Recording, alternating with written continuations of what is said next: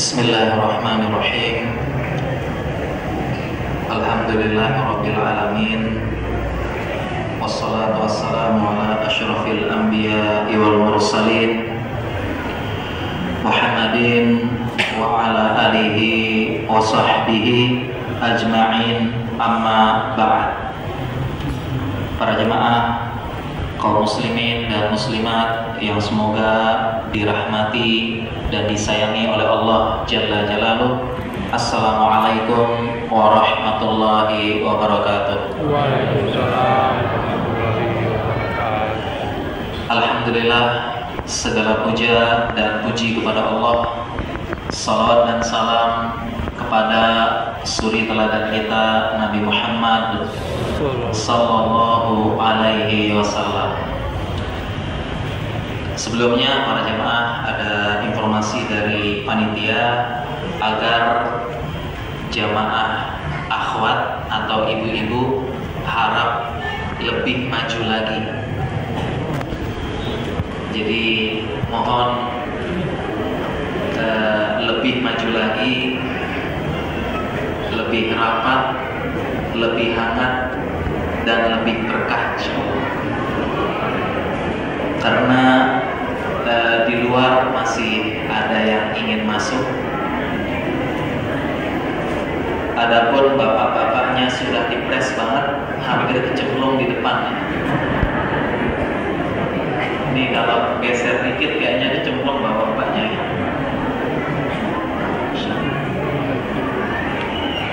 Insyaallah mudah-mudahan menjadi keberkahan, karena di antara adab menuntut ilmu dan insya Allah mendatangkan keberkahan adalah mendekati sumber ilmu.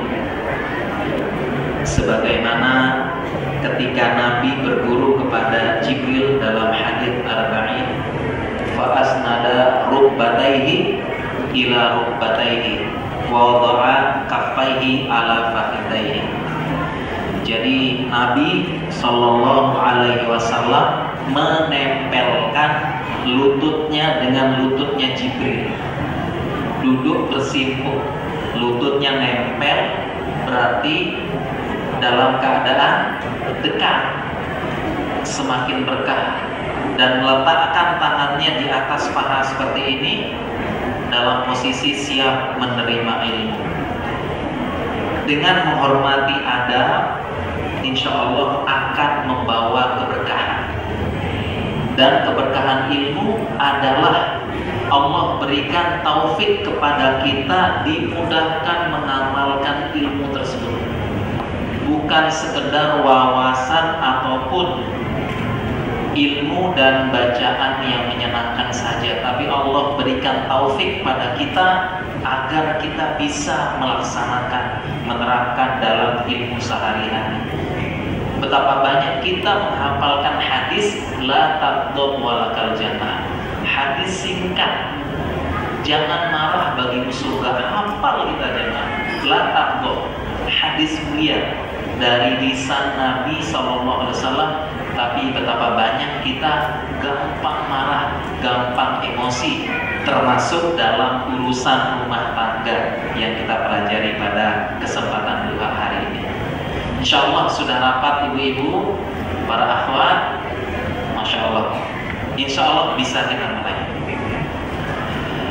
Para jamaah sekalian yang semoga dirahmati Allah, tema kita pada kesempatan duha yang penuh berkah ini, sebenarnya terus terang ya, saya kasih pilihan 6 judul. Tapi kenapa milihnya yang judulnya adalah ketika rumah tangga kering bosan dan kerontang. Saya kasih 6 judul pilihannya, macam-macam tentang kesehatan Islam, tentang mendidik anak sama-sama. Tapi pilihannya ketika rumah tangga kering, bosan, jenuh, dan kerontang. Sehingga solusinya adalah bagaimana bisa jatuh cinta lagi setelah menikah. Memangnya rumah tangga kita banyak yang kering kerontang ya Pak? Musim kemarau, kapan musim seminya? Sudah 3 kali lebaran Abang Toyib katanya nggak pulang-pulang, tapi Allah ini kok musim kemarau terus kering tanpa curahan kasih sayang, tetesan air mata cinta, tanpa ucapan romantis, entah kemana hilang, bahkan punah kata-kata romantis, sayang, sikap yang membuat rindu, kangen, itu entah kemana. Padahal jamaah sekalian, nanti kalau kita baca bagaimana rumah tangganya Nabi SAW, Masya Allah, kita bacakan hadis-hadisnya akan membuat kita meleleh karena begitu romantisnya beliau dengan istrinya. Di usia beliau sudah 55 tahun ke atas, masih romantis yang kalau kita bacakan nanti bikin meleleh. Hadis-hadisnya romantis banget. 55 tahun ke atas usia beliau saat itu, karena hadis-hadisnya tentang rumah tangga beliau di Madinah. Masya Allah, kita yang umur 35 aja udah kering kerontang. Yang mencontohkan siapa? Nabi SAW. Masya Allah, kita bacakan nanti hadis-hadisnya yang memotivasi kita. Tidak boleh kita merasa takut, merasa jemu, atau kalau setiap kita dengar berita-berita kisah-kisah romantis pengen mual, pengen muntah. Ini apaan sih? Kenapa? Karena kita gak pernah baca bagaimana Nabi SAW. Nanti kita baca bagaimana beliau mati bareng sama istrinya, lomba kejar-kejaran, beliau ucapkan kata-kata yang luar biasa, ya, dan yang lain-lain. Para jamaah sekalian yang dirahmati Allah Subhanahu wa taala, yang namanya rumah tangga itu banyak yang mengatakan bagaikan bahtera. Puisi-puisi disusun bahtera rumah tangga, syair. Tapi memang yang paling menggambarkan rumah tangga bahtera dimulai dengan perjanjian yang berat. Wa akhadna minkum mitsaqan ghalidha. Kami ambil dari kalian perjanjian yang berat, pernikahan, konsekuensi yang berat.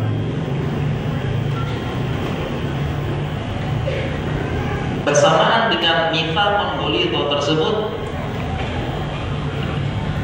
bahtera mulai rumah tangga mulai berlayar. Diangkatlah saut dari pelabuhan.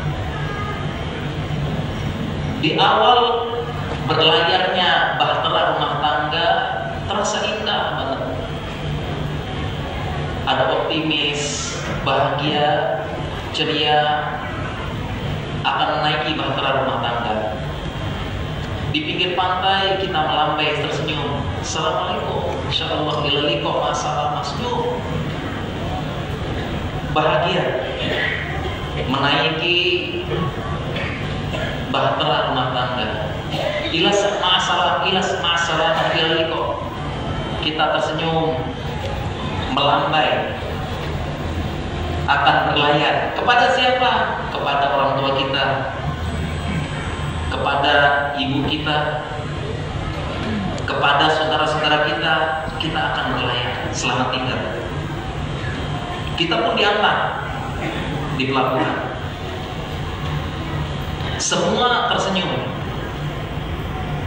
Kita pun pamit dari rumah orang tua kita, berlayar. Terasa indah, diangkatlah saut. Mulailah berlayar bahtera rumah tangga. lautan dermaga, perairan yang masih tenang airnya. Masa-masa yang indah, masa-masa yang penuh kenangan, romantis, ucapan sayang, cinta berulang-ulang. Apalagi malam pertama, Masya Allah. Pekan pertama, pekan kedua, tidak ada tempat paling indah bagi sepasang pengantin melainkan kamarnya. Paling indah.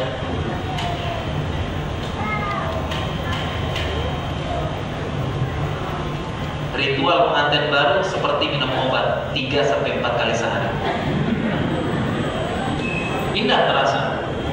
Mulailah bahtera berjalan, menikmati pinggiran pantai. Masih terlihat pinggiran pantai, nyiur lambai, pasir putih. Masih terasa bahagia terus berjalan. Kebahagiaan luar biasa, angan-angan, harapan. Sang istri berharap sang imam akan menjadi nahkoda, memimpin dengan pemimpinan tegas, akan memimpin bahtera rumah tangga ini menuju tempat pelabuhan terakhir yang paling indah, surga Firdausil A'la. Itu yang diharapkan oleh sang istri. Sang suami pun demikian, berharap para awak nahkoda mendukung, mensupport untuk tetap eksisnya bahtera. Awal-awal yang indah, awal-awal yang menyenangkan. Kemudian mulailah berjalan 6 bulan, setahun, 2 tahun. Mulailah bahtera rumah tangga melewati selat. Mulai ada ombak, mulai teriak-teriak, mulai ada goncangan-goncangan kecil dalam bahtera. Sedangkan indahnya pantai, nyiurnya kelapa sudah tidak terlihat lagi. Mulai menghadapi kenyataan yang sebenarnya. Sepanjang perjalanan hanya terlihat lautan yang hijau yang biru. Mulailah pemandangan jenuh. Angin pantai mulai terasa panas. Ombak mulai menerjang. Mulailah kehidupan rumah tangga sama dengan pemandangan di tengah laut. Jenuh. Rumah tangga mulai jenuh. Sebagaimana angin laut yang panas dan kering, rumah tangga pun mulai kering. Sebagaimana dentaman ombak mulai menerpa, rumah tangga pun mulai sedikit bergoncang. Dengan konflik, dengan ngambek-ngambekan, dengan marah-marahan, dengan menyimpan sedikit dendam.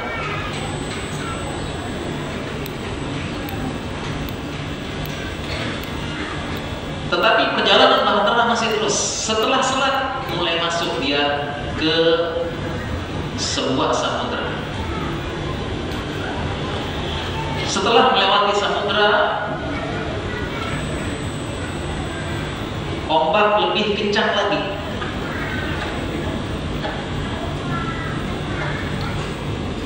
Bahtera bukan hanya oleng tetapi berguncang. Angin bukan angin sepoi panas, tetapi angin yang berputar, yang menghempaskan. Ditambah lagi dengan curahan hujan yang tidak menentu. Seharusnya curahan hujan menyenangkan, tetapi membuat beban kapal dengan airnya semakin berat. Berguncanglah bahtera, oleng, paniklah semua awak. Angin semakin berputar. muncul kekhawatiran, muncul ketakutan, bahasa sekarang overthinking.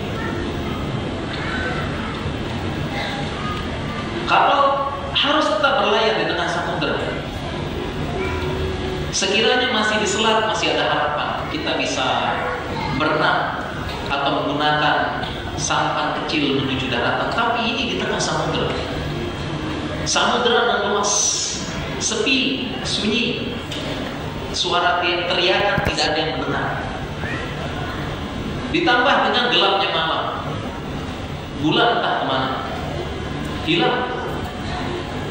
Bintang-bintang bersembunyi di balik awan, sedangkan awan semakin menghitam, derasnya hujan. Demikianlah rumah tangga. Setelah jalan sekian tahun, 4 tahun, 5 tahun, dalam ilmu psikologi 5 tahun pertama disitulah usia-usia rentang rumah tangga. Jadi dalam ilmu psikologi ada beberapa perjalanan rumah tangga. 6 bulan pertama masa bahagia, 5 tahun pertama masa rentang, konflik, penyesuaian diri, membaca karakter, menurunkan ego. Kemudian barulah 5 tahun, 10 tahun pertama penyesuaian, sudah mulai masing-masing mengakui. Barulah 15 tahun mulai mengakui masing-masing ada kelemahan. Barulah usia 20-30 tahun ke atas baru mulai menerima fakta. Biarkanlah dia selingkuh, capek. Sudah lelah, biarkan selingkuh. Yang penting saya bahagia dengan anak-anak. Biar dia selingkuh, capek, lelah. Udah capek Ustaz, biar 15 tahun diselingkuhi, udah tobat-tobat Ustaz. Lelah, biarkan. Yang penting saya sama anak bahagia, uangnya aja dah dapat Ustaz. Itu ilmu psikologi seperti itu. Jadi ada usia di mana kita menerima pasangan apa adanya sudah. Pasrah.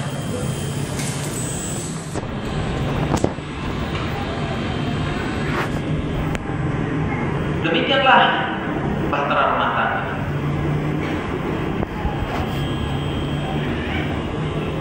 Tentunya kalau awak kapal tersebut, sang imam nahkodanya, sang istri dan anak-anak tidak berada di atas keimanan, ikatan yang kuat karena Allah, tentu mereka saling menyalahkan. Tidak ada solusinya. Terjadi apa? Karamlah kapal tenggelam, hancur.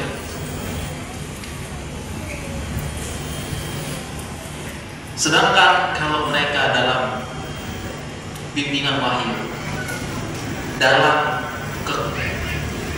bimbingan nubuah, insya Allah kapal tersebut meskipun kecil, meskipun kapal tersebut sederhana, tapi karena saling menguatkan di jalan Allah, kapal tersebut tetap melaju di tengah samudera, saling menguatkan. Mengapa? Karena ini sementara semuanya.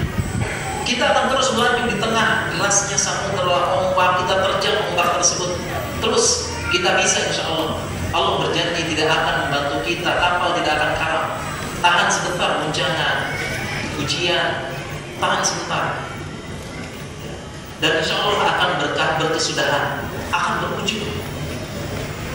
Dan yang menguatkan adalah karena ini ada ujungnya. Insya Allah sebentar kita semua akan berlabuh di tempat pelabuhan terakhir bersama sekeluarga, yaitu surga Firdausil A'la, surga Allah yang tertinggi.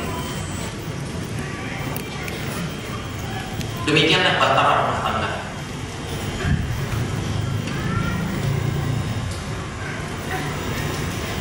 Rumah tangga yang kering dan bosan, rumah tangga yang tidak mendapatkan curahan hujan berupa hidayah, kering. Mengapa? Karena rumah tangga tersebut bagaikan periuk yang terbalik. tertutup, tertelungkup, tidak menerima curahan hujan. Bagaimana bisa menerima? Menyangkut saja tidak, curahan hidayah, kering. Karenanya konsep Islam itu yang paling bagus. Paling bagus konsep Islam. Konsep beriman adanya akhirat, konsep akan bertemu lagi, masuk surga sekeluarga, konsep Islam akan berjumpa lagi di surga, saling menguatkan, paling sempurna. Karena konsep-konsep lain yang tidak percaya dengan hari akhirat, tidak percaya akan berkumpul lagi di surga, mereka ujungnya adalah dunia dan kematian. Mereka mengatakan sehidup semati. Kita sehidup semati. Bang, kita hidup semati. Iya, kita hidup semati deh. Kalau besok adik mati, saya nikah lagi, gampang. Selesai. Habis. Lihat orang-orang yang beragama. Mereka takut nikah sampai sekarang. Marriage is scary. Takut. Orang barat, tunangan doang, gak mau nikah. Karena tidak, konsepnya seperti itu. Konsep Islam paling bagus, paling ini. Menguatkan di jalan Allah, saling menguatkan, suami istri menguatkan. Konsepnya sama-sama ngaji, sama-sama belajar agama, sama-sama mengatur hubungan rumah tangga, hak dan kewajiban suami istri itu diatur oleh Allah semua. Allah yang Maha Tahu, Allah yang menciptakan langit dan bumi, yang paling mengetahui kemaslahatan hak suami istri dalam Islam.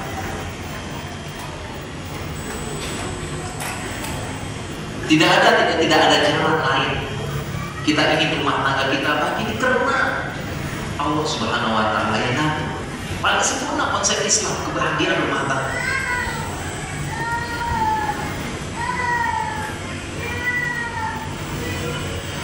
Para jamaah sekalian yang rahmati Allah Subhanahu wa Ta'ala, tentunya rumah tangga kita panutannya kepada Nabi SAW. Laqad kana lakum fi Rasulillahi uswatun hasanah.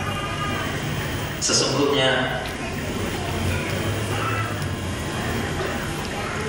pada diri Rasulullah SAW ada contoh, ada kedua hasanah. Rumah tangga mirip. Betapa butuh kita dibacakan hadis-hadis rumah tangga Nabi SAW. Sangat butuh.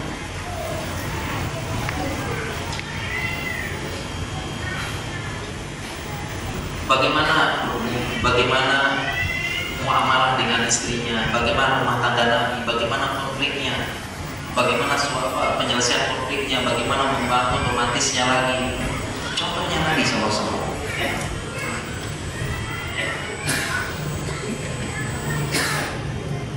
Setelah berjalannya waktu 5 tahun, 10 tahun, rumah tangga kering, bosan, jenuh. Udah bosan Ustaz, udah lelah, tidak ada kehidupan. Kehidupan rumah tangga menjadi rutinitas keseharian yang menjemukan. Lelah, sudah bosan melihat wajahnya, sudah jenuh dengan gerak-geriknya, itu saja. Solusinya mencari keluar. Sang suami cari kebahagiaan keluar, goes berjam-jam, pergi pagi, pulang malam, goes. Ibu-ibu pergi main-main arisan, masak bareng, main-main ke rumah teman. Di rumah bosan ketemu suami, cari kegiatan, masak bareng, ngiris bawang, ngiris tomat, ngiris jahe bareng-bareng. Akhirnya dilanjutkan mengiris kehormatan orang lain. Ibu-ibu kalau sudah ngumpul, bosan di rumah,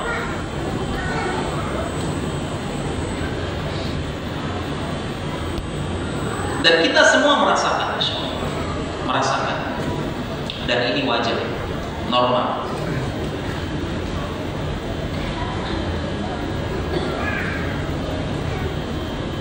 Lalu bagaimana caranya para jemaah? Supaya rumah tangga tidak kering kerontang kembali seperti dulu. Semangat, ada romantisnya. Bagaimana caranya? Ternyata ada dalam Islam, dalam sunnah, yang ternyata kita tinggalkan. Dalam Islam ada.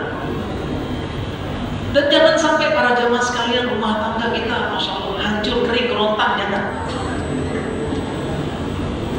Beberapa kali kita sampaikan kebahagiaan sesungguhnya itu di rumah, di rumah. Konsep Islam jemaah. Ini konsep agama kita. Yang kita pelajari ini sunnah, yang kita intisab, yang kita menisbatkan diri pada sunnah, kajian sunnah. Ajaran sunnah itu kebahagiaan di mana? Di rumah. Bahagia itu di rumah. Baiti jannati. Seseorang yang tidak bisa bahagia di rumahnya akan sulit bahagia di luar. Bahagia itu di rumah. Baiti jannati. Bersama anak sama istri, bersama pasangan dan anak-anak, bahagia di rumah.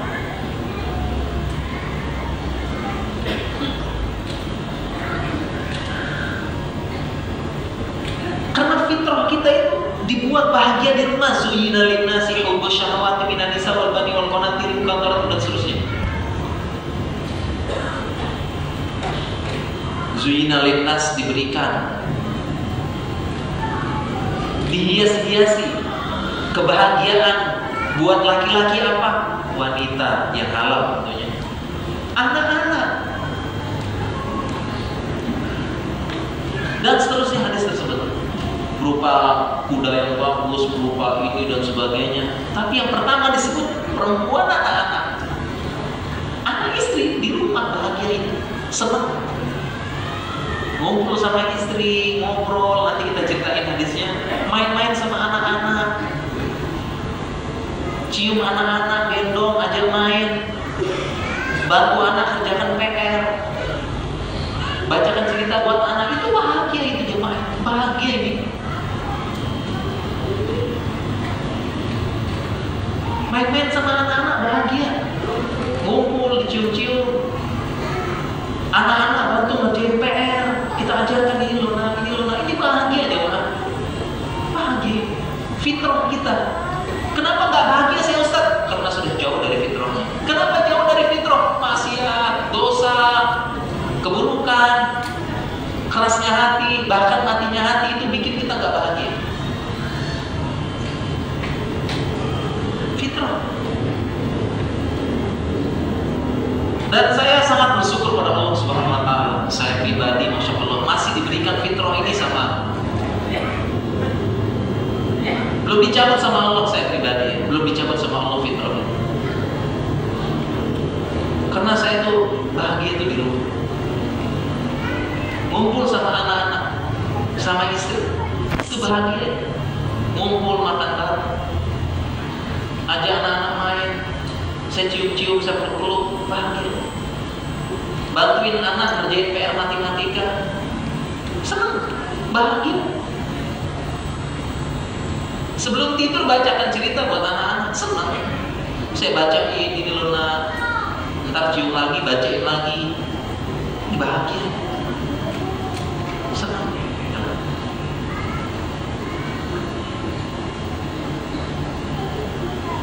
Kebahagiaan itu. Demikian juga dengan istri, kebahagiaan itu. Bukan bahagia dengan ngumpul-ngumpul, jalan-jalan, iya bahagia. Tapi di rumah, ngumpul dengan anak, ngobrol dengan suaminya, di malam hari dan sebagainya. Nanti kita bacakan hadisnya. Di rumah saja, bahagia di rumah, sunnah di rumah. Karena di luar tuh bahagia bertopeng. Kebahagiaan di luar tuh kita bertopeng jemaah. Kadang-kadang bertopeng di luar.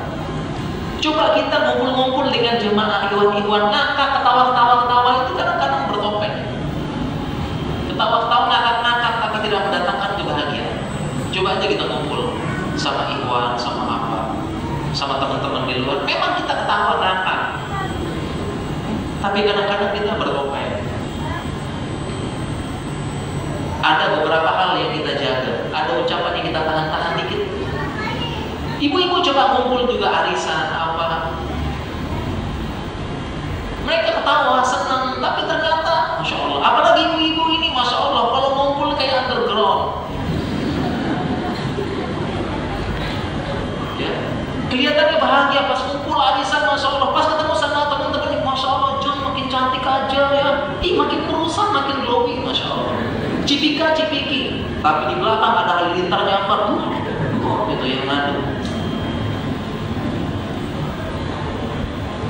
Karena ada kata yang dijaga. Apaan glowing? Bopeng.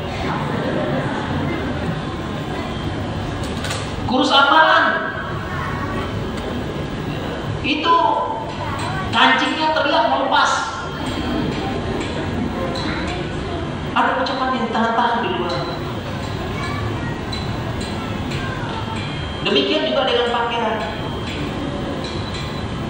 Tapi di rumah jemaah Masya Allah lepas. Ngomong lepas, ngobrol. Di luar kita pakai baju supaya menutupi buncit, kita tahan-tahan. Kalau foto itu ditahan-tahan, perutnya, dada diusungkan. Di rumah lepas sarungan, mantep banget dah.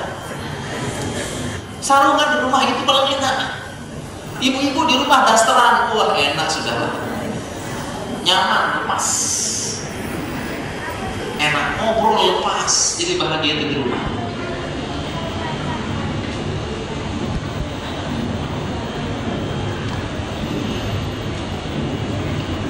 Jangan sampai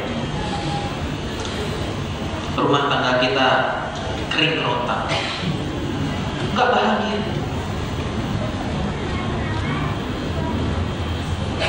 Para jemaah sekalian dirahmati Allah Subhanahu wa Ta'ala,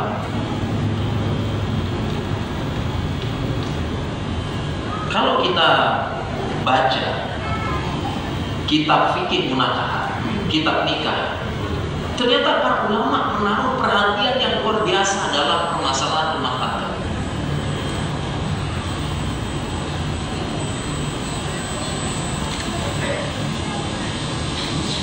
Sebagian mungkin mengatakan perkaranya remeh, tapi setelah saya sendiri membaca, ulama itu menaruh perhatian yang cukup besar dalam rumah tangga. Kenapa? Di rumah tangga itu kebahagiaan utamanya.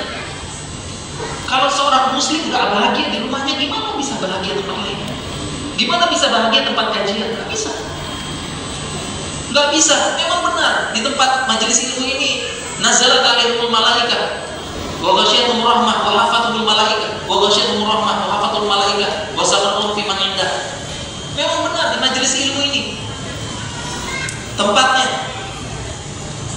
diturunkan rahmat, dikelilingi malaikat, Allah sebutkan di langit. Memang benar muncul ketenangan majelis ilmu seperti ini.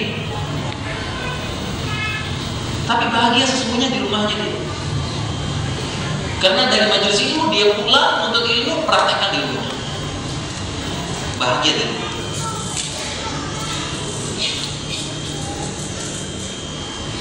Jangan sampai rumah tangga kering kerontang. Kenapa? Karena para ulama menaruh perhatian dari sekian banyak hadis-hadis yang sering kita bacakan,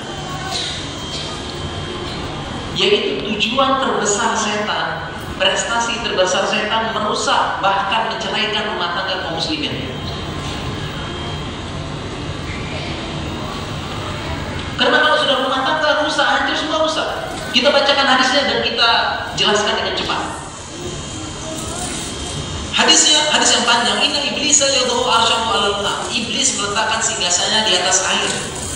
Tuma yabasu saroya. Kemudian iblis mengutus pasukan-pasukannya. Jenderal-jenderal diutus untuk menghancurkan kaum muslimin. manusia. Kemudian tiba saat yang lapor. Siapa yang lapor? Fa'adna minhum manzilatan wa azamuhum fitnah. Tiba saat yang lapor. Siapa yang lapor? Tentu yang besar-besar. Gak mungkin laporan ke raja ecek-ecek yang benar-benar. Yang besar-besar. Adna minhum manzilah. Yang paling dekat kedudukannya dengan iblis, wa azamuhum fitnah. Paling besar fitnahnya kelapor pada iblis.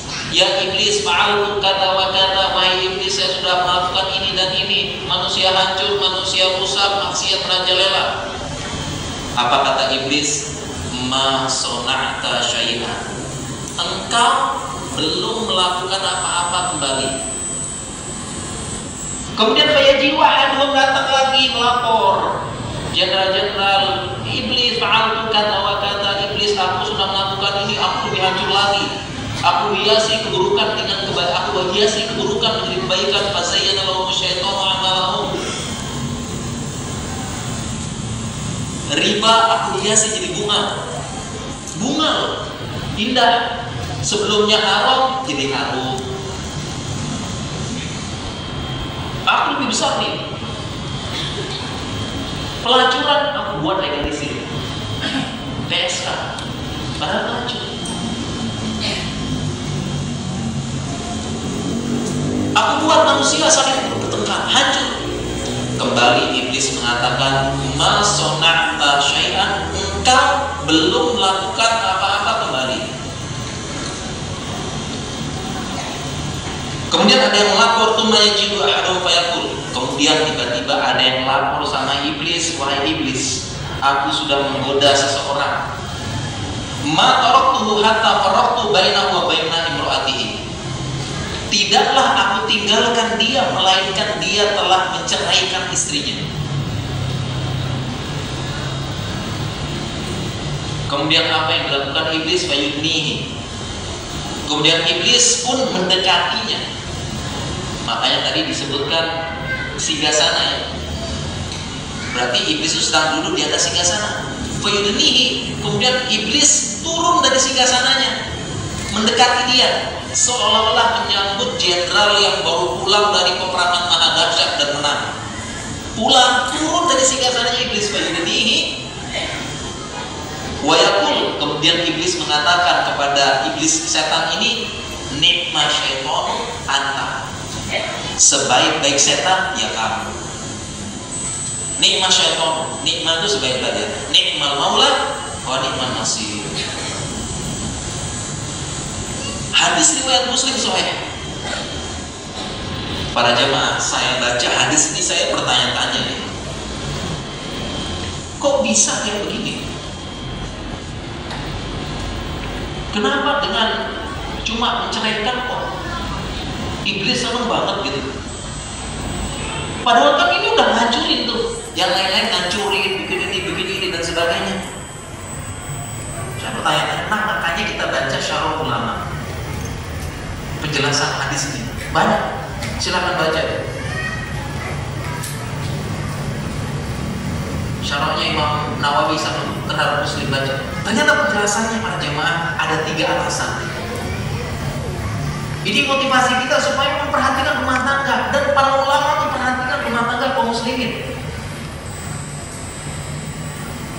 3 penjelasan. Yang pertama para jemaah, kenapa kok mencerai iblis senang daripada yang lain? Jadi yang pertama, karena yang namanya cerai itu prosesnya kronik. Cerai itu prosesnya apa? Nah, kok pakai bahasa kedokteran? Ada kronik, ada akut. Kalau kronik itu lama ya. Kalau akut itu baru-baru. Perceraian itu pasti ada proses gitu ya.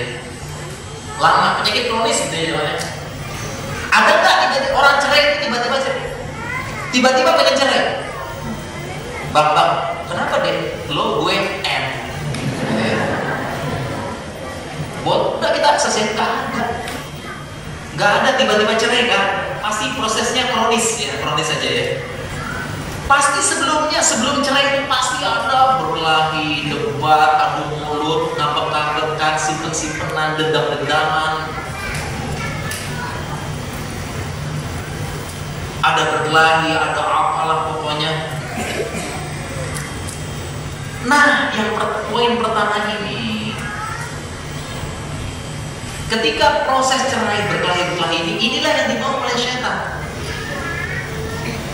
Coba sekarang nih, suami istri sedang berkelahi di rumah, debat, berkelahi, maka suami istri ini menjadi kehidupannya menjadi tidak efektif, tidak bisa memberikan manfaat bagi masyarakat.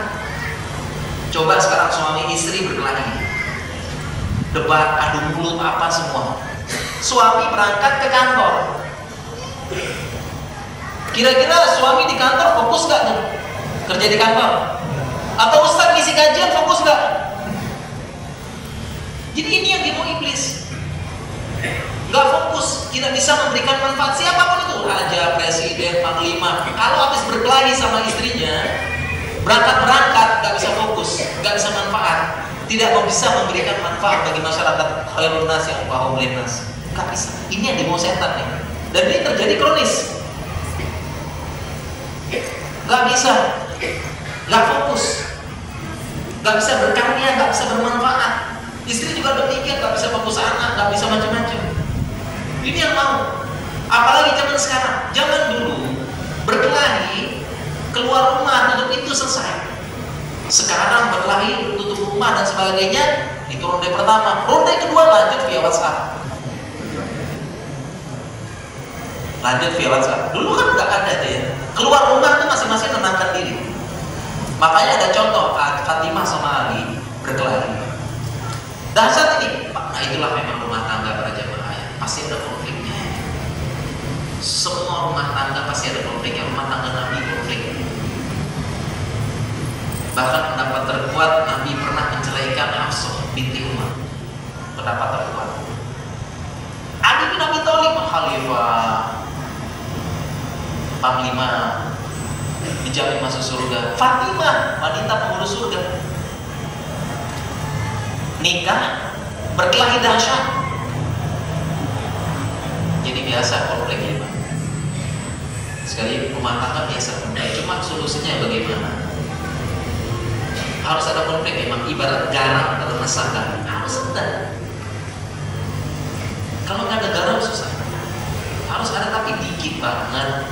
Ya, jadi satu kuah itu, satu panci kuah garamnya dikit aja. Karena kalau satu kuah garamnya sekuah doang nggak makan. Dikit aja ada, harus ada. Konflik harus ada. Dan itulah yang membuat kita bahagia. Pada konflik saya-sayangan lagi kan enak. Harus ada. Fatimah sama Ali berkelahi, aku keluar rumah, menenangkan diri ke masjid. Tapi kalau kita sekarang berkelahi keluar rumah kemana? Ke mall, ke kafe. Sampai kafe ditawarin ayam, Bang mau dada atau paha?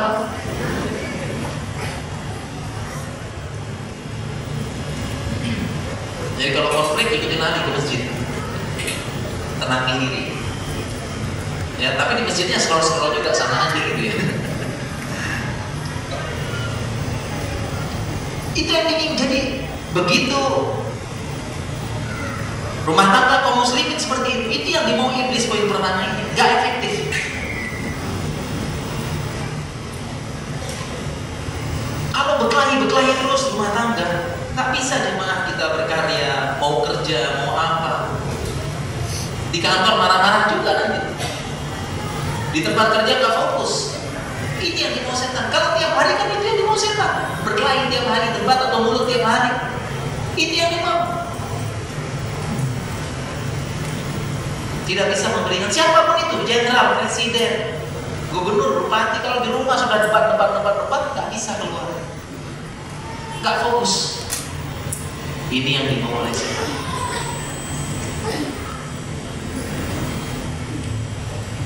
Kenapa? Ulama memperhatikan nih urusan, tidak boleh dianggap sepele. Urusan rumah tangga kaum muslimin. Poin yang kedua para jemaah, kenapa iblis sangat senang? Poin kedua adalah kalau berkelahi terus suami istri, kira-kira korbannya siapa? Anak jemaah. Ini yang dimau iblis. Rusak generasi kaum muslimin. Anak-anak korban.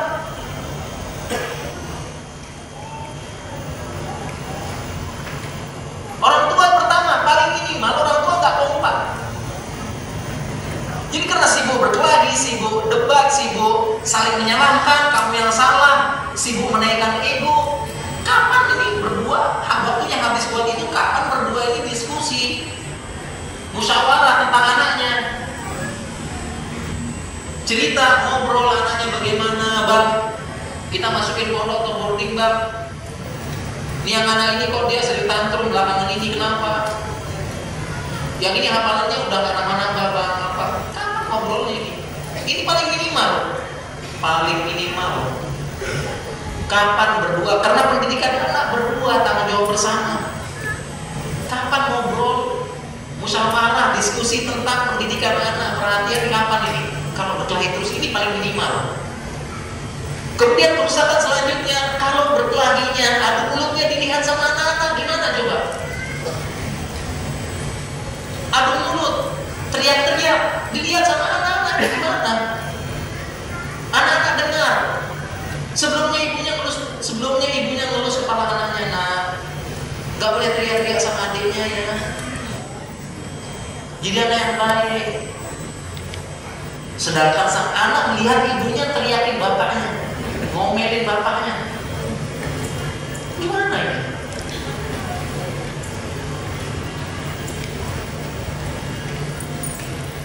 Anaknya lihat berkelahi, adu mulut. Apalagi saat bapaknya sampai KDRT, mukul ibunya di depan anak-anaknya, gimana coba? Bisa kebayang tuh, bingung anak. Bapaknya ngamuk-ngamuk di rumah, seperti singa di rumah, gimana anak-anaknya? Bagaimana dari rumah tersebut keluar? Seperti Ibnu Abbas Tahruin. Bagaimana rumah tersebut keluar Ibnu Umar? Syiddati mutabati sunnah, sangat kuat mengikuti sunnah sampai cara jalan Nabi diikuti oleh Ibnu Umar. Bagaimana bisa keluar dari rumah tersebut? Khalid bin Walid, panglima perang yang tidak pernah kalah sebelum maupun sesudah Islam, nggak pernah kalah memimpin perang seumur hidup. Saiful bin Suyutillah.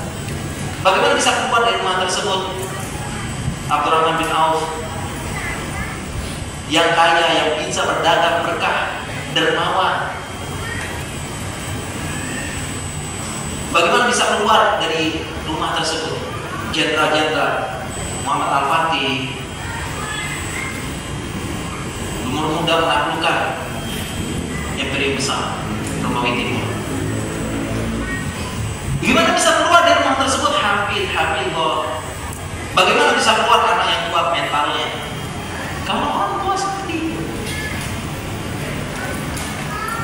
Dan yang paling parah, cerai. Ini udah disukai iblis, sebaik-baik setan. Cerai. Siapa korban? Anak. Korban keegoisan orang tua. Terus terang aja deh.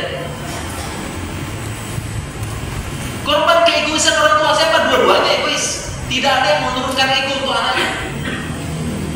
Anak korban. Siapa yang bisa membayangkan anak 5 tahun, 6 tahun, 7 tahun di usia seperti itu ditanya, nah, mau ikut bapak atau ikut ibu? Kalau saya nggak bisa saya bayangkan anak saya begitu. Nggak bisa saya bayangkan. Anak saya punya anak 5 tahun, ada yang 8 tahun, ada yang 3 tahun. Saya tidak bayangkan. Tiba-tiba ditanya anak sekecil itu dengan mau ikut bapak atau ibu, nggak bisa saya bayangkan. Anak-anak itu korban keegoisan kedua orang tua, yang dua-duanya tidak mau muhasabah, tidak mau menurunkan ego, menyalahkan aja.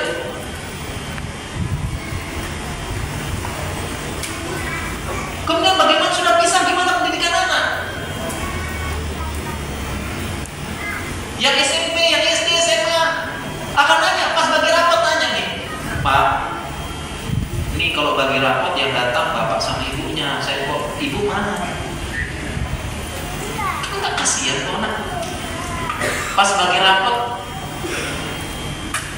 semuanya bapak ibunya datang, dia nggak datang. Nanya ibu mana?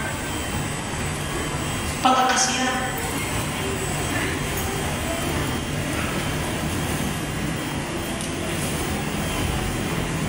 Itu yang dimau iblis, menghancurkan generasi, gitu caranya.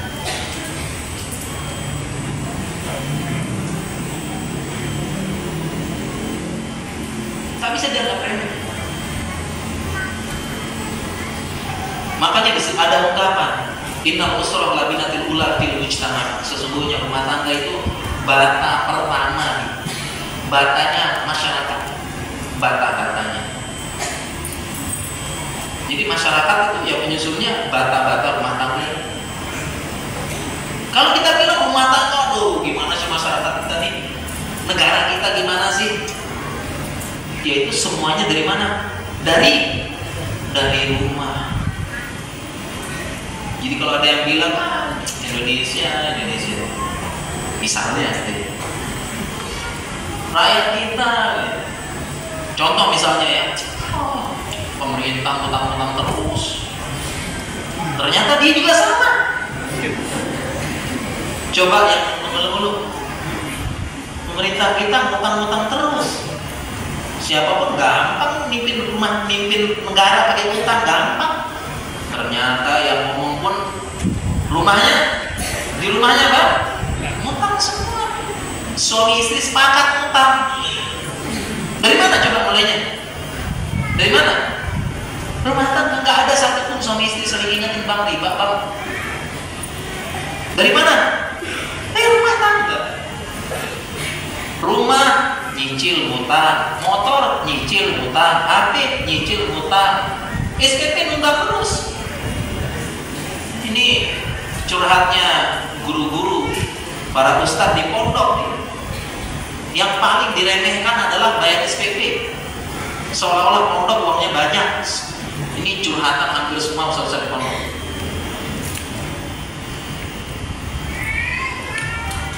Nyicil juga, hutang juga. Dari mana? Rumah tangga ternyata. Dari rumah tangga. Nyicil, hutang, suami istri sepakat. Dari rumah tangga. Mulainya dari rumah.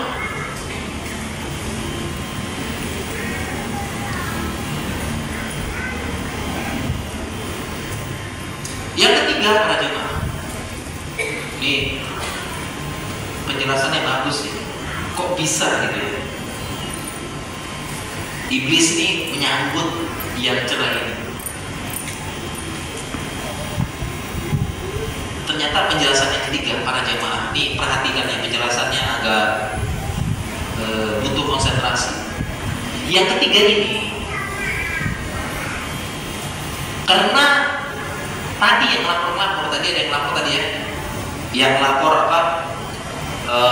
Hancur rumah tangga kaum muslim, apa? Hancur masyarakat, perampokan, pembunuhan, perzinahan. Saya sudah goda semuanya. Terus iblis bilang kan, kamu belum melakukan apa-apa. Ternyata para jemaah sekalian, itu setan-setan yang tadi itu ternyata tinggal memanen buah hasil dari setan yang menghancurkan rumah tangga ini. Contoh, ada perzinahan, pelacuran. Sekarang gampang jemaah, tinggal pesan aja gampang. Pesan online, pesan hotel gampang, pesan perempuan gampang, mudah. Sekarang kalau kita bicara perzinahan, pelacuran,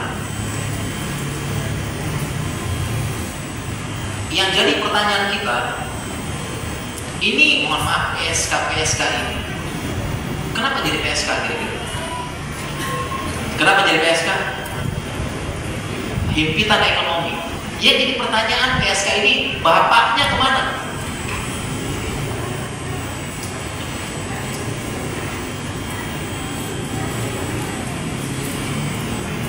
Pamannya kemana? Saudara laki-lakinya kemana? Keluarga besarnya mana?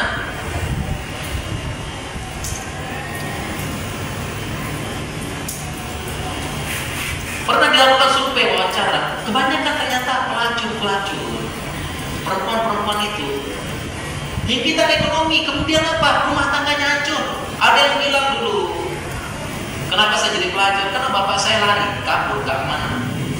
Habis cerai sama ibu hilang, saya ditelantarkan. Kemudian ibu saya stres berat, hampir gila. Ya udah, saya gak ada yang perhatikan dari kecil. Bingung, udah jadi pelacur aja.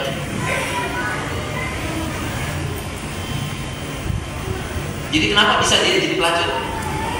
Kenapa bisa jadi pelacur? Iya, dari rumah tangganya. Dari rumah tangga.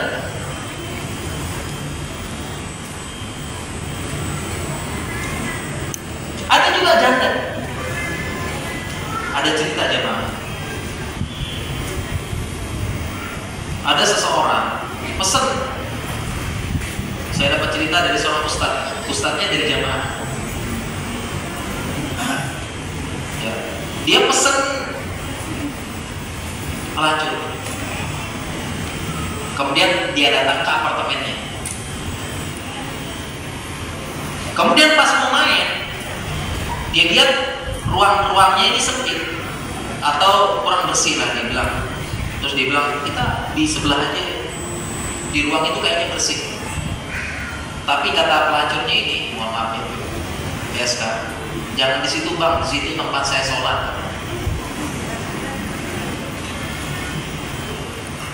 Tempat saya sholat, makanya bersih. Ditanya kenapa? Iya, saya sudah cerai, punya anak. Anak saya titip sama bapak ibu di kampung. Suami entah kemana. Saya bingung cara membiayai anak saya. Udah coba dagang, udah coba apa, nggak bisa saya, nggak laku, nggak les, stres, keliling pinjol, ditagih terus. Ternyata cara paling cepat ya kayak gini pak, cepat banget ya. Terus terang saya nggak mau jadi pelacur, tapi saya ingat orang tua sakit-sakitan, anak butuh biaya, ya udah ini cara cepat. Akhirnya dia bilang, dia kasih uang, ditinggalin langsung. Tidak sedikit seperti ini ceritanya. Itu berawal dari mana? Dari mana? Rumah tangga. Sehingga suami orang berzina, anak laki-laki orang berzina, kenapa? Dari rumah tangga. Cerita lagi, saya pernah ketika stase ilmu jiwa belajar ke rumah sakit jiwa, kita melakukan home visit namanya. Home visit ke pasien yang kena narkoba. Kita home visit ke rumahnya, kita tanya-tanya. Ternyata kenapa bisa kena narkoba? Sama. Rumah tangga mau cerai. Bapak sibuk, ibu sibuk. Akhirnya dia bilang kenapa? Gak ada perhatian. Ya udah, kena narkoba. Kembali lagi ke mana? Dari mana? Rumah tangga. Begitu juga pengedar narkobanya. Dan kebanyakan setelah dilihat orang-orang yang bermasalah besarnya, ternyata masa kecilnya tidak bahagia. Masa kecilnya pernah dibully, masa kecilnya tidak ada perhatian orang tua.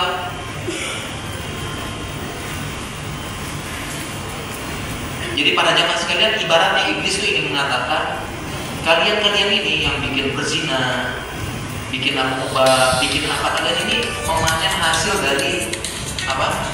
Usaha yang dilakukan oleh setan ini yang merusak rumah tangga kaum muslimin. Paham sekarang? Paham ya mas? Ini 3 alasan. Kenapa iblis suka rumah tangga kaum muslimin hancur, bonceng, berkelahi terus, debat, ngambek-ngambekan, salah-salahin terus, ya? Itu senang. Makanya kita jangan sampai buat iblis senang. Jangan sampai rumah tangga terik kerontang lagi, mengantarkan keluar. Jangan sampai kalau berkelahi sama istri, sama suami, jangan lama-lama. Itu yang mau setan. Cepat turunkan ego, cepat minta maaf. Siapapun itu. Yang sadar duluan cepat, jangan gengsi. Segera. Yang di iblis gitu, karena kalau lagi berkelahi, lagi ngambek-ngambek sama pasangan ini, entah kenapa, tiba-tiba otak kita jadi Intel prosesor dengan RAM sekian gigabyte. Kenapa? Kenangan dulu kala datang semuanya.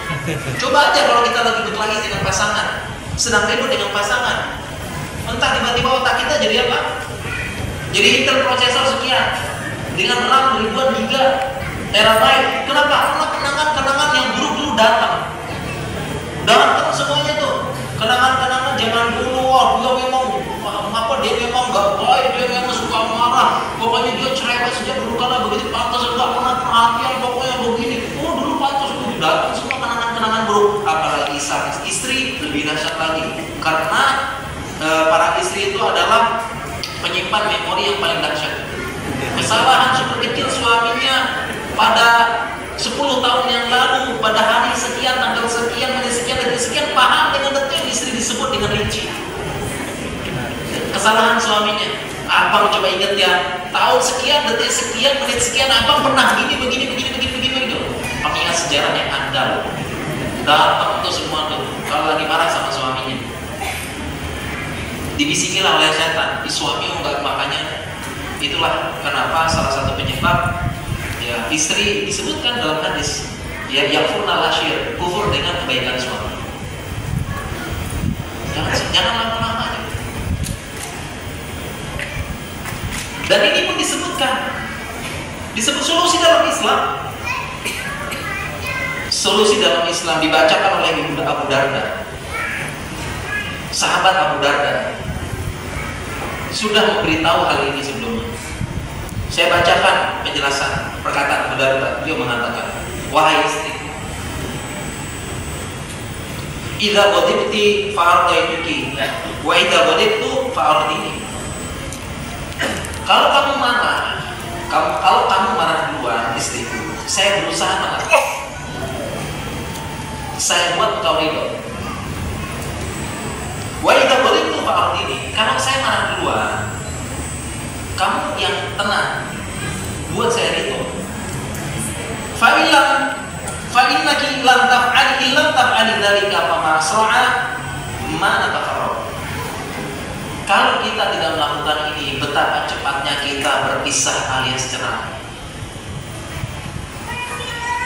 Ternyata solusinya dalam Islam, hadis Al-Quran, ucapan sahabat.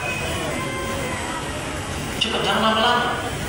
Yang bikin lama itu yang dicari setan tuh, lagi marah-marahan, ngambek-ngambekan seharian, nggak nyapa, nggak apa, menyimpan dendam, datang memori kelam, pantesan begitu ya, awas.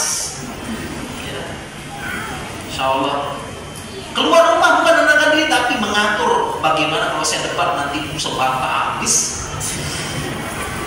Kalau dijawab ini saya jawab ini lagi, kalau dia sebut ini saya sebut lagi, masa lalunya begini. Ya, kalau dia sebut ya tenang, saya punya senjata tuh masa lalunya kelam banget, dia pernah begini saya sebut begini. Masuk rumah siap-siap debat dengan berbagai macam strategi debat yang disimpan. Yang ini yang disuka setan. Udah. Kenapa ingat itu lupa kemarin kan? Malam pertama itu malu-malu, masya Allah. Malam pertama masih takut pegang-pegangan. Malam pertama masih malu memandang. Lupa yang itu. Malam pertama suami entah berapa kali bilang sayang, cinta. Lupa yang itu. Lupa istrinya udah masak, capek, lupa istrinya pernah gendong anak, lupa istrinya pernah nyusui, lupa istrinya pernah bangun tengah malam, ganti popok, ganti pampers, lupa istrinya sudah menyiapkan sarapan tiap pagi, lupa istrinya tiap pagi nyiapin kopi, lupa semuanya.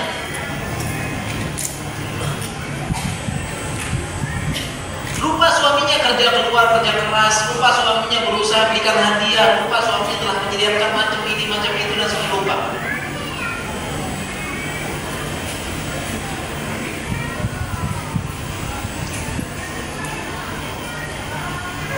Ini para jemaah, masya Allah. Makanya jangan sampai rumah tangga kita kering kerontang. Para jemaah, gak kerasa kita sudah satu jaman ya. Udah jam 11 ternyata. Jadi kok saya merasa masih mukadimah. Waduh.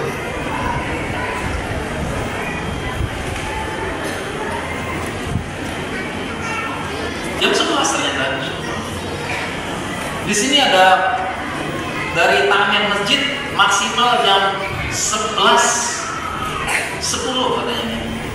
Tapi tadi bolehlah 11.15. Insyaallah. Dan saya juga harus ngejar pesawat. Pesawat dikejar ya, bisa. Kita lanjut ya, Masya Allah. Nah, bagaimana caranya supaya rumah tangga tidak kering dan kerontang?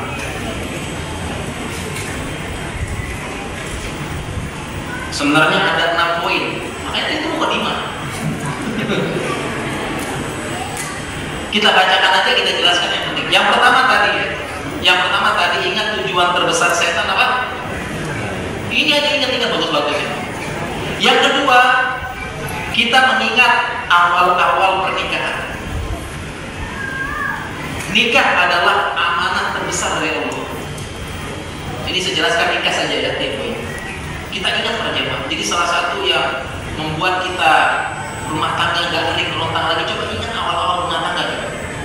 Pernah berjanji sama dia, pernah berjanji sama istri, aku akan bahagiakan kamu deh. Hatiku padamu, aku akan bahagiakan. Tunggu aja abang berjuang untuk bahagiakan kamu. Coba ingat dulu pernah janji pasti. Semua kita pernah janji ya. Ngaku aja di bawah bapak. Pernah balik kayak gitu istri kan? Pernah nggak? Pernah janji gitu nggak? Saya bahagiakan kamu ya, abang berjuang insya Allah.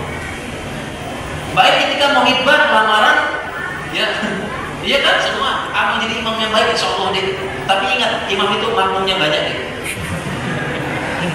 Saya minum dulu yang ini. Coba kita ingat awal-awal nikah. Amanah terbesar dari Allah Subhanahu wa taala. Ya. Dan kita ingat juga hadis Nabi sallallahu alaihi wasallam, "Fattaqullaha fin nisa", wahai suami, bertakwalah tentang istri kalian. Fattaqullah artinya takutlah pada Allah. Takut kalian sama Allah. Fin nisa, tentang urusan istri kalian. Fa innakum akhadtumuhunna bi amanatillah wastahlaltum furujahunna bi kalimatillah. Karena kalian ambil kalian ambil istri kalian dari bapaknya bi amanillah, dengan amanah dari Allah. Wastahlaltum furujahunna bi kalimatillah. Kalian halalkan kemaluannya dengan kalimat Allah. Makanya dibilang fattaqullah. Wahai suami, takutlah pada Allah fitnisa urusan istri kalian. Enggak main-main. Pakai nama Allah kalian ambil. Kalian ambil dari bapaknya. Pakai nama Allah. Kita ingat awal-awal nikah. Ini penjelasan panjang nikah saya gini aja jemaah. Kira-kira siapa yang punya anak perempuan? Ada yang punya anak perempuan? Kira-kira mau nggak anak kita diambil nanti? Anak perempuan kita diambil dengan suami semacam kita? Mau nggak kira-kira? Malas kerja, kasar, nggak pernah baik sama istri, nggak pernah mati. Mau nggak kita anak perempuan kita diambil? Mau nggak? Kalau nggak mau makanya jangan.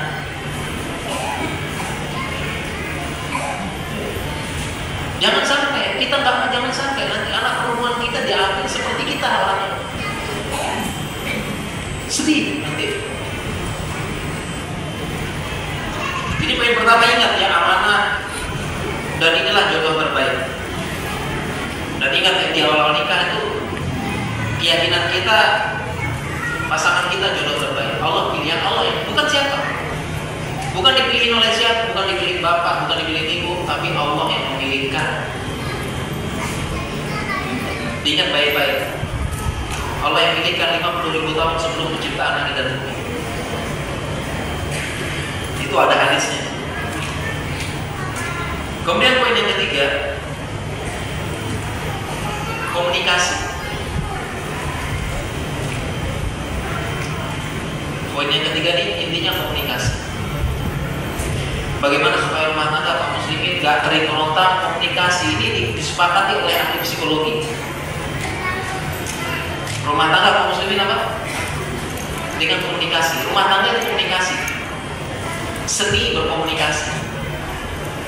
Ahli psikolog makanya para jemaah, ini dalam ilmu psikologi modern ada yang namanya piloto. Jadi dalam ilmu psikologi modern ada dua cara dari sekian banyak cara ya. Kita sebutkan dua cara untuk mempertahankan rumah tangga, komunikasi rumah tangga. Pertama, orang psikolog modern mengatakan piloto. Apa itu piloto, jemaah? Piloto, apa itu? Piloto itu apa? Ngobrol sebelum tidur. Batal ngomong gitu. Ya apa? Ngobrol-ngobrol sebelum tidur. Yang kedua, ini katanya psikolog zaman sekarang nih, ya, travel without kid. Apa itu jemaah? Travel without kid. Jalan berdua tanpa anak-anak. Ini kata psikologi sekarang. Ternyata jemaah ini berapa? 14 abad yang lalu dalam Islam ada. Sebelum dibuatkan teori sekarang ini loh. 14 abad yang lalu sudah ada. Pilotop ini kebiasaan Nabi. Kebiasaan Nabi dengan istrinya. Ngobrol-ngobrol sebelum tidur. Hadisnya banyak nih. Saya nggak baca deh. Kapan-kapan datang kita baca deh. Ini anggap ini mukadimahnya. Ya. Ntar kalau saya datang lagi kita bahas 5 poin ini lebih rinci. Judul kajiannya agar rumah tangga tidak kering, kerontang, kemarau, semi, suci. Itu lebih mantap lagi biar datang lagi. Gitu. Judulnya begitu lagi. Ya. Hadisnya banyak itu, hadisnya banyak. Ya, saya tak sebut hadisnya ini, kita tinggal 5 menit lagi. Ya. Jadi Nabi ngobrol dengan sebagainya, ngobrol dengan Maimunah, ngobrol sebelum tidur. Ya karena secara psikologi ngobrol sebelum tidur tuh tengah sudah malam, tidak ada anak-anak, habis menunaikan hajat, ngobrol, suami habis sama istrinya gitulah, tenang pikirannya, nggak emosi, nggak capek, anak-anak sudah tidur, malam sunyi sepi, ya. Apalagi ngobrolnya suami itu memeluk istri kemudian merebahkan kepalanya di bahu suami, kemudian tangan suami memeluk, kan mantap. Ngobrol terus hangat gitu kan, enak kayak begitu. Karena kita meninggalkan sunnah ini, sunnahnya Rasulullah ini kita tinggalkan, maka kita harus rusak. Karena sebelum tidur mukanya pada bercahaya semuanya, main HP.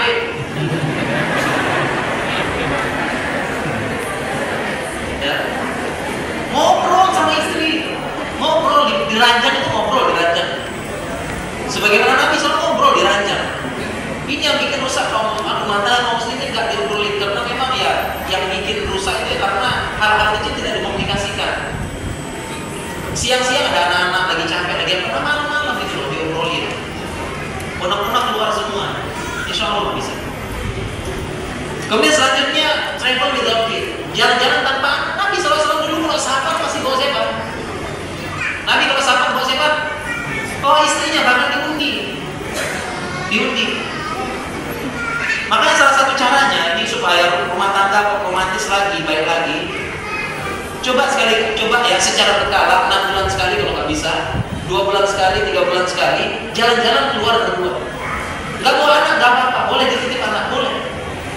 Dititip sebentar boleh, berdua keluar. Staycation berdua.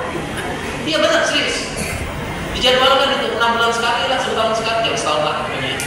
3 bulan sekali keluar berdua aja keluar. Nggak bawa anak-anak, keluar, nginep. Staycation berdua, sama semalam aja deh. Anak-anak boleh dititip lah. Boleh, nggak apa-apa, insya Allah. Boleh dititip anak-anak sekali-sekali. Insya Allah bertambah itu. Ya, itu benar. Benar ya. Dijadwalkan jemaah. Itu teori barat yang bilang, you should travel without kid. Staycation berdua. Nginep sehari aja di mana gitu, jalan berdua aja. Kenapa? Karena kadang-kadang di rumah itu ngobrol itu yang ngobrol itu nggak ada bahasan, karena depannya tembok doang di rumah itu. Tapi coba keluar berdua, bang gajah bang, oh iya gajah itu kamu lah, kamu gak ada gitu. Nah gitu ya. Kayak begitu. Di luar ngobrol apa jadi cair di luar. Coba. Bang gak ada duit buat sekarang, bang gak ada duit, Ustaz gak ada duit untuk keluar berdua season gampang. Sekali-sekali keluar berdua makan, gak bawa anak-anak. Makan bakso kayak, makan pecel kayak, makan seblak kayak, berdua keluar, gak bawa anak-anak. Berdua ngobrol pas makan, pas jalan-jalan ngobrol. Sekali-kali gak apa-apa. Ini Islam supaya ini ya, komunikasi. Supaya ini benar. Coba aja jemaah. Kalau saya rutinkan. Ya kalau saya sih pas anak-anak kan sekolah ini. Ya udah keluar sama istri. Ya, keluar makan berdua sama istri, berdua sama istri keluar makan ngobrol. Dijadwalkan kalau apa? Ada waktu. Ke tempat-tempat yang indah, taman, berdua, ambil makan sampai lapar. Gak bawa anak, gak apa-apa. Dijadwalkan insya Allah coba. Apalagi sekarang kan ada viral, makanan viral, mantap banget. Iya kan?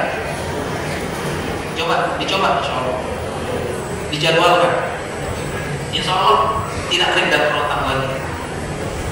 Ya, dan Nabi SAW begitu. Dia kalau safar bawa istri, bahkan istrinya rebutan. Kenapa? Karena selama safar itu ada hal yang disenangi oleh istri. Semalam berjalan berdua, ngobrol, lihat ini, lihat itu berdua, senang.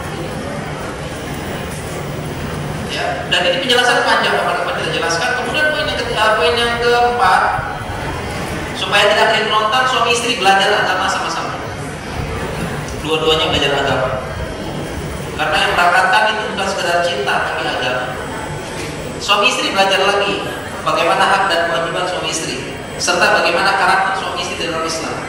Para jemaah sekalian, tentang hak dan kewajiban serta karakter suami istri saya pernah daurahkan 2 hari. Total 6 pertemuan cuma hak dan kewajiban suami istri aja. 2 hari, biar paham apa hak suami, apa hak istri. Karena Islam yang mengatur, Islam yang paling sempurna. Belajar seperti itu. Ya. Kemudian poin kelima, membangun romantisan. Nah ini pengen saya bacakan hadisnya, tapi waktu gak cukup ya mana? Gak cukup. Saya bacakan satu ya, supaya kita kalau dengar-dengar, karena ada yang karena mungkin gak pernah dengar hadis Nabi. Jadi kalau dengar romantis pengen mual-mual, muntah-muntah. Jadi istrinya pengen romantis, baru dia pegang tangan suaminya, gitu ya. Tiba-tiba suaminya tadi, ingat mati, ntar lagi tua. Nabi SAW, Masya Allah, umur 55. Ini hadis-hadis ini Nabi itu di Madinah. Nabi SAW hijrah 53. Ini lagi romantis ya, dia itu 56, 57, 55. Ini saya bacakan di hadisnya jemaah ya, biar gak penasaran ya. Banyak romantis. Ya diantaranya mandi bareng hebatnya. Kapan terakhir mandi bareng sama istri? Kapan terakhir jemaah? Terakhir mandi bareng Nabi ini loh, mandi sama istrinya. Hadis dia mandi sama Aisyah, mandi sama Ummu Salamah, hadisnya banyak. Bahkan main-main rebutan gayu, silam-silaman. Kapan coba kita coba? Kapan terakhir mandi bareng sama istri? Gak usah mual, gak usah muntah, Rasulullah jemaah. Kapan terakhir jemaah? Seingat saya mandi sama istri orang lain. Enggak, jangan lagi.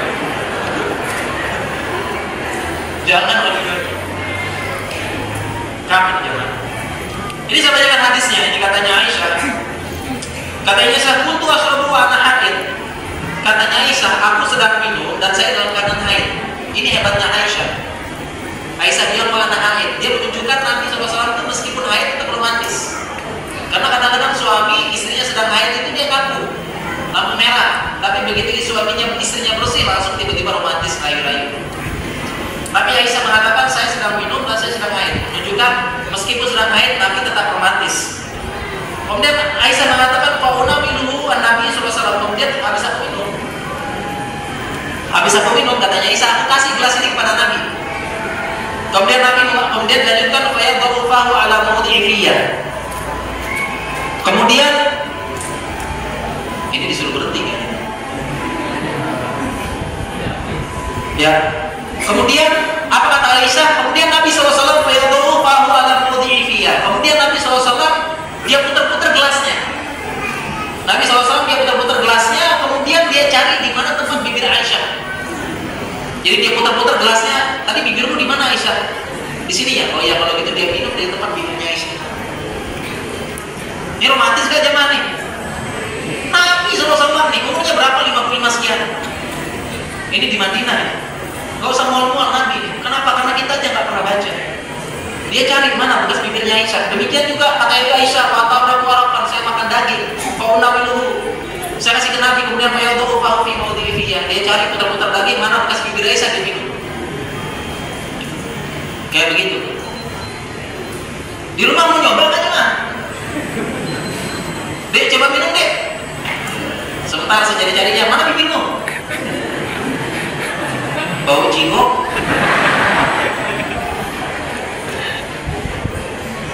Waduh. Coba dulu. Dia tapi kreatif lah jemaah ya. Maksudnya itu contoh romantis, kreatif lah. Contohnya misalnya begini kan, minta istri buatin kopi, deh buatin kopi deh. Diminum ya. Kok kopinya pahit deh? Sudah kasih gula belum? Sudah bang, masih pahit. Coba deh, istrinya nyoba kan. Manis tuh bang? Masa sih? Akhirnya suami nyoba lagi. Oh iya, baru manis setelah bibirnya dia nyentuh ini.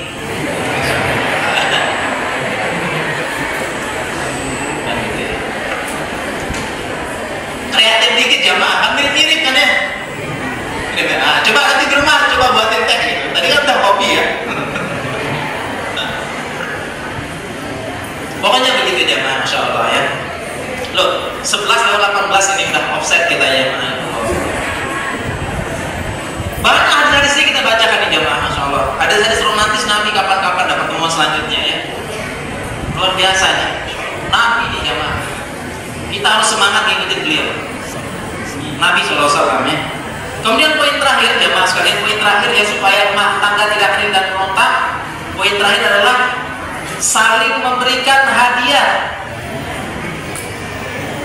Karena hadisnya tahabu, salinglah kalian memberikan hadiah, kalian saling mencintai. Kapan terakhir kasih hadiah buat pasangannya? Jemaah, kapan terakhir kasih hadiah buat pasangan? Kapan terakhir?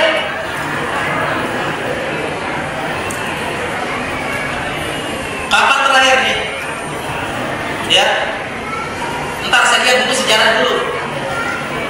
Buka buku sejarah dulu ya baru. Kenapa? Karena sudah dimuseumkan. Udah masuk museum. Kapan terakhir kasih hadiah? Coba kapan kasih hadiah? Beli ini apa? Beli ini kasih hadiah. Insya Allah. Ini kapan-kapan kita bahas para jemaah. Mungkin demikian yang bisa kita sampaikan. Kita bisa tidak ada tanya jawab ya. Kapan-kapan kita datang ya. Temanya agar rumah tangga tidak kering kerontang musim kemarau, ya, badai, topan, halilintar. Ya.